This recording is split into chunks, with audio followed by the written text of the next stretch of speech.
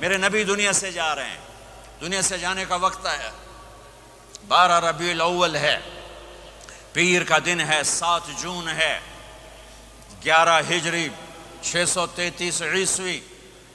جبریل نے آ کے صبح آپ نے ساری بیگمات کو بلایا، رخصت فرمایا، ملاقات کی، بیٹے کو بلایا، کان میں کہا میں جا رہا ہوں۔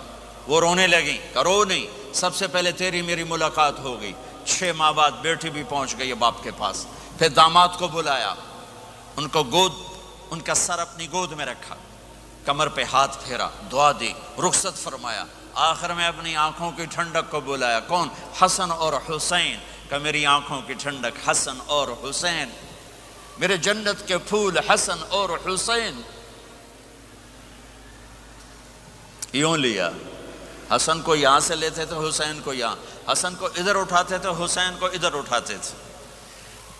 حسن سر سے لے کر کمر تک پورے اپنے نانا کے مشابہ تھے، کمر سے پاؤں تک اپنے باپ کے مشابہ تھے۔ حسین اس کا الٹ تھے، سر سے لے کر کمر تک اپنے باپ کے مشابہ تھے، کمر سے لے کر پاؤں تک اپنے نانا کے مشابہ تھے۔ اس مشابہت کی وجہ سے آپ کہا کرتے تھے حسن میرا بیٹا ہے، حسین علی کا بیٹا ہے۔ آخر میں ان کو بلا کر یوں لیا، اور ساتھ ہی آنسو ٹپ ٹپ ٹپ ٹپ ٹپ ٹپ۔ بیویوں کو جدا کیا، آنسو نہیں، بیٹی کو جدا کیا، آنسو نہیں، داماد کو جدا کیا، آنسو نہیں، جب بچوں کو جدا کرنے لگے تو یوں آنسو۔ ایک کو زہر میں تڑپتے دیکھا، ایک کا کٹا سر نیزے پہ چڑھتے دیکھا، تو آنسو رک نہیں سکے، دعا نہیں کی، ہاتھ نہیں اٹھائے، اللہ کی تقدیر کے سپرد کر دیا، اولاد کو ذبح ہونے کے لیے تیار کر دیا کہ کل میری امت اولاد کے پیچھے جھوٹ نہ بولے، رشوت نہ لے، حرام کاروبار نہ چلائے، دھوکہ نہ دے، فراڈ نہ کرے۔ بچوں کو کہاں سے کھلائیں، بچوں کو کہاں سے پلائیں، کہ یہ میرا حسین کا سر کٹ کے نیزے پر چڑھا ہوا ہے۔ کچھ نہیں بولے، رخصت فرما دی۔ جب سب چلے گئے تو جبریل آ گئے، آپ نے فرمایا کیا ہوا؟ خاموش کھڑے تھے، کہ موت کا فرشتہ دروازے پر ہے، اندر آنے کی اجازت چاہتا ہے۔ اپنے نبی کا مقام دیکھو، موت بھی پوچھ کے آتی ہے۔ آپ نے کہا آ جائے، آپ کی اجازت پر ملک الموت اندر آئے۔ اسرائیل کا السلام علیکہ یا رسول اللہ، کہنے لگا آپ پہلی ہستی ہیں، میں سلام کر رہا ہوں، میں نے کبھی کسی کو سلام نہیں کیا۔ کہنے لگا آپ پہلی ہستی ہیں، اللہ نے فرمایا تھا پوچھ کے اندر جانا، بن پوچھے نہ جانا۔ پھر کہنے لگے آپ پہلی ہستی ہیں، اللہ نے فرمایا آنا چاہیں تو لے آنا، رہنا چاہیں تو چھوڑ کے آ جانا۔ ہاں، یہ وہ دربار رسالت ہے جہاں موت بھی پوچھ کے آتی ہے۔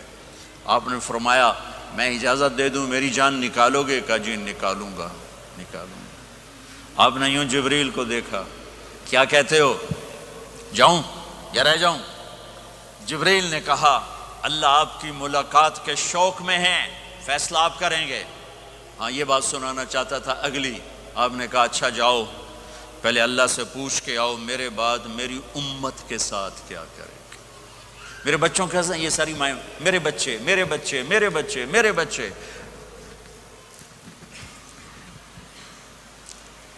میرے نبی کو تو پتہ تھا کہ یہ تڑپ تڑپ کے ایک زہر میں جائے گا اور ایک کا سر کٹ کے نیزے پہ چڑھے گا، کیوں نہیں ان کے لیے ہاتھ اٹھائے؟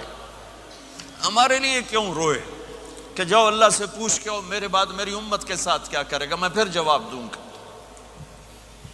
جبریل واپس گئے، موت کا فرشتہ کھڑا ہوا ہے، جواب آیا یا رسول اللہ آپ کا رب کہہ رہے ہیں آپ کی امت کو تنہا نہیں چھوڑوں گا۔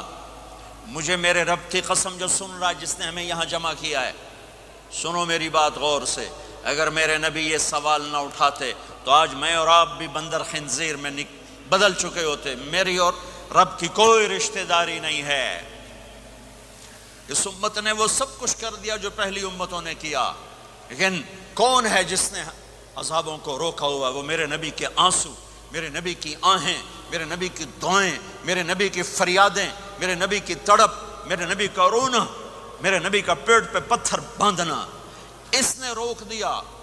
کوئی نبی جاتے ہوئے امت کے لیے نہیں رویا، واحد نبی ہیں جو جاتے ہوئے امت کے لیے روئے، میری امت